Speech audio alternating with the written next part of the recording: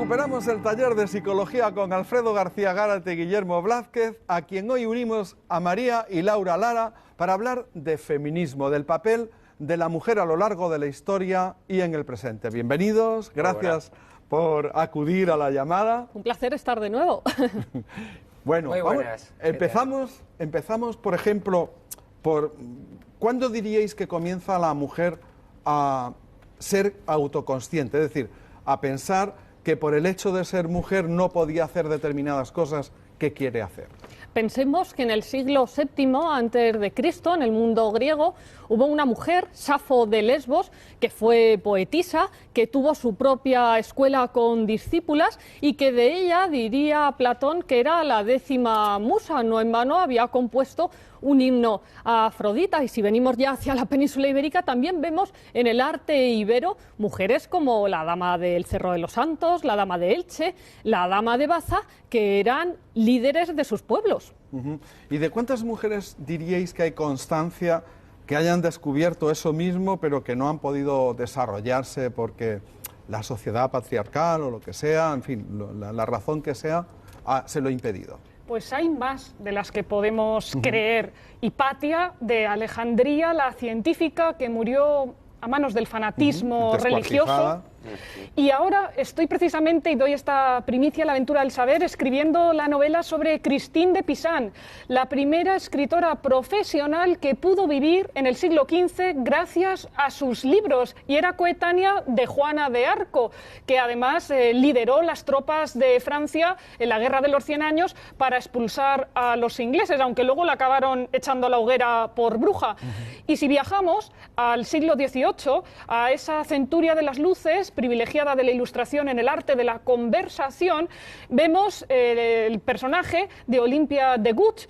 Era una mujer francesa, dramaturga, a la que casaron muy joven con un hombre mucho más mayor que ella, tuvieron un hijo, ella enviudó.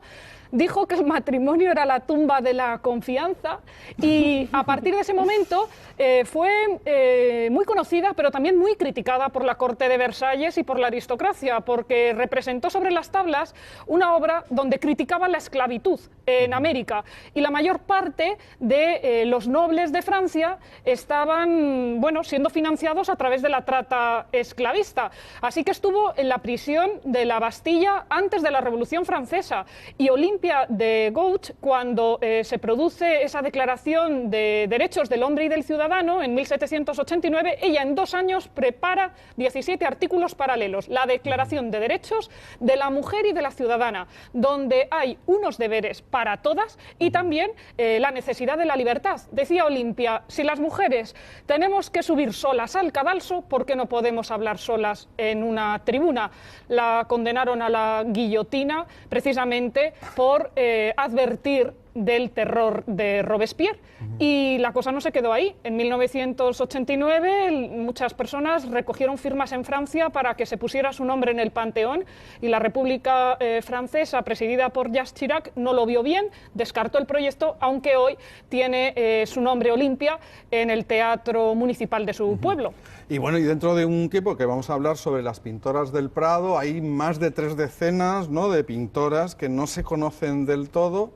Quizá, no sé, quizá porque no eran muy buenas, o no sé si por el hecho de ser pintoras en vez de pintores. Porque es que les firmaban las obras los hombres que tenían a su lado, también a las escultoras como Luisa Roldán, la Roldana, que fue la escultora de cámara del último de los Habsburgo, de Carlos II el Hechizado, y del primero de los Borbones, de Felipe V, y esta mujer llegaba a pedir en la corte de Madrid que le dieran al menos ropa para sus hijos, porque es que era pobre de solemnidad después de realizar obras para sus majestades. Y pues hay que reivindicar a todas estas mujeres, algo que en España, siguiendo el sufragismo británico, se hizo desde muy temprano. En 1918 se crea la primera Asociación Nacional de Mujeres Españolas, y el 10 de julio de 1910, 8 años antes, ha habido una manifestación multitudinaria en Barcelona para pedir que se tenga en cuenta la decisión de las damas y que no tengan siempre que actuar en consonancia a la sociedad patriarcal. ¿Y vosotros qué pensáis? ¿Por qué puede ser esto así? Caso de que estéis de acuerdo con que lo haya sido tradicionalmente. Bueno, yo es que como ha sido toda una descripción histórica, no me veo capaz de poder decir nada al respecto. Es lo que ha ocurrido, son hechos y ya está. No. O sea, que está muy... Pero ¿qué razones de tipo psicológico puede haber para que, por ejemplo, una mujer que pinta no pueda firmar su cuadro, ¿no? Y esta me la sé. Pues venga, Guille, lánzate. Si quieres, ve tú. Bueno, no sé, yo sí voy a decir que estructuras de poder ha habido y va a haber toda la vida.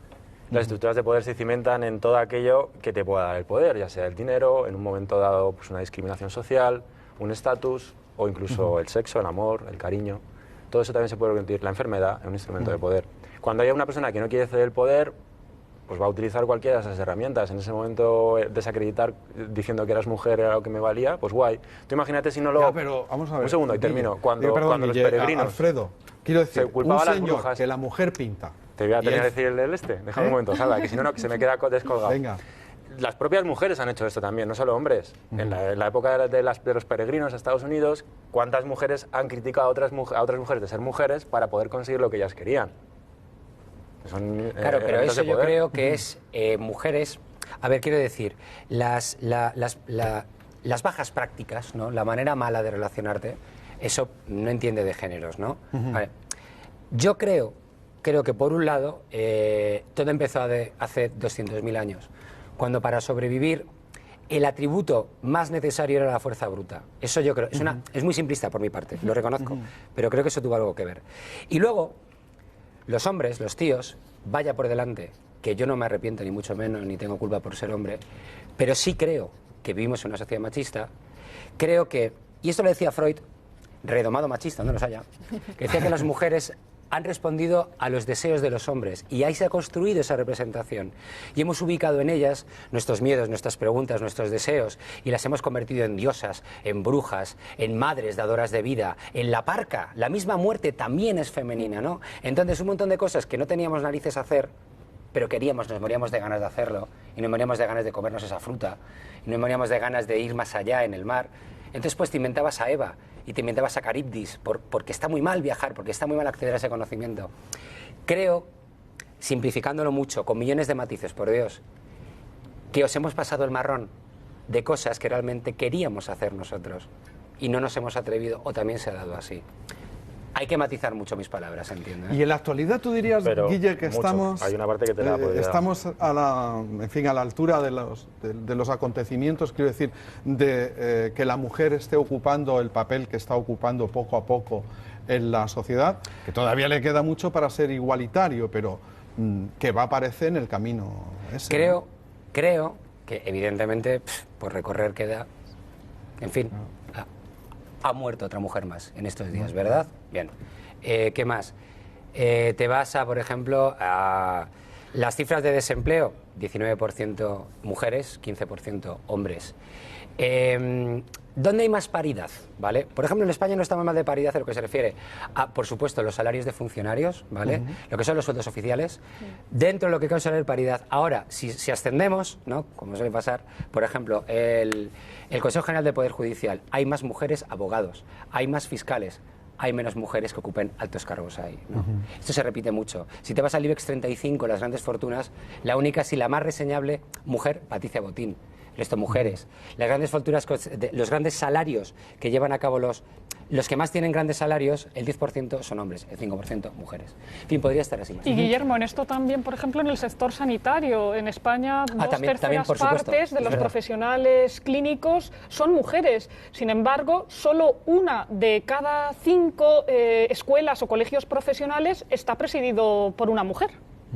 ¿Y el paro castiga más a la mujer que al hombre? O... Sí, el 45% de la fuerza laboral en España es desempeñado hoy por mujeres.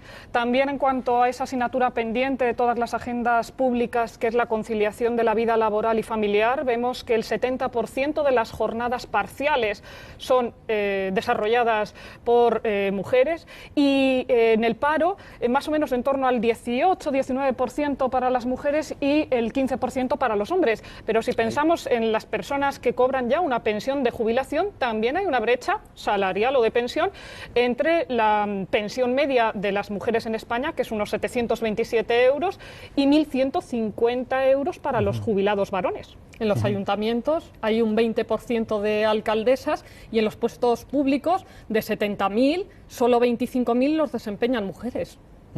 ¿Y eso en qué se traduce? ¿Qué os sugieren esas cifras a vosotras?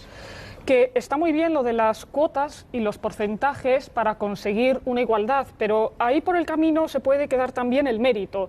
En ningún momento se puede llegar a una situación en la que el papel o el rol que ha desempeñado antes el hombre lo tenga la mujer y viceversa. Nadie tiene que estar en el rincón. Todos tenemos que construir una sociedad en igualdad. Ahora se cumplen también 70 años de la Declaración de Derechos Humanos, que la ponente, la presidenta de ese comité fue Eleanor Roosevelt, una mujer, y que sin embargo, esos 30 derechos hoy son una desiderata, una utopía, no solo en el tercer mundo, también en Occidente. Es que...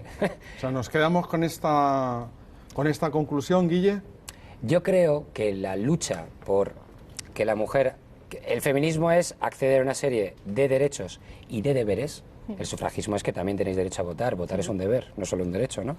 Pues todo esto que tradicionalmente... pues han estado asociados al varón. Sí, es que contra eso no puedes ir. Por supuesto, culpabilizar al varón o lo que sea, no estamos entrando en ello, evidentemente. Yo soy mucho más fan de esto que estamos diciendo, que tenemos que trabajar en igualdad. Es una situación bastante compleja. Yo daré un dato más, solo uno. De las 55.000 excedencias que se han dado para cuidar o a un anciano, o a alguien con discapacidad, o a un peque, el 90% de mujeres. Es una lástima. También es una lástima, yo que sé, saludo desde aquí a un familiar mío que fue papá y le dijeron en el curro, felicidades, esto un viernes. El lunes vienes a trabajar, ¿no? En fin, ahí lo dejo. Bueno, esperemos que las cosas vayan cambiando. Alfredo, algo para concluir, que está muy silencioso. Para concluir, vaya, me has puesto ahí... No, a ver, yo respecto a lo que se ha dicho ahora, en el tema laboral creo que todo debería de ser un tema de competencias y de meritocracia, como han dicho ya, en eso estoy súper de acuerdo. Ahora, sí que creo que venimos de una época histórica de miles de años en el que lo que había era una especialización, ¿vale? Entonces, en el momento en el que las mujeres empiezan a incluirse mucho más, desde ahí en adelante, en el tema del trabajo, el mundo laboral y todo esto, hay un problema y es cómo tenemos hijos y trabajamos a la vez. Entonces ese es un problema que creo que es el gran problema y está sin solucionar y no es una cuestión de patriarcado, ni de machismo, ni nada de eso. Yo creo que en Suecia lo tienen bastante bien solucionado, ¿eh?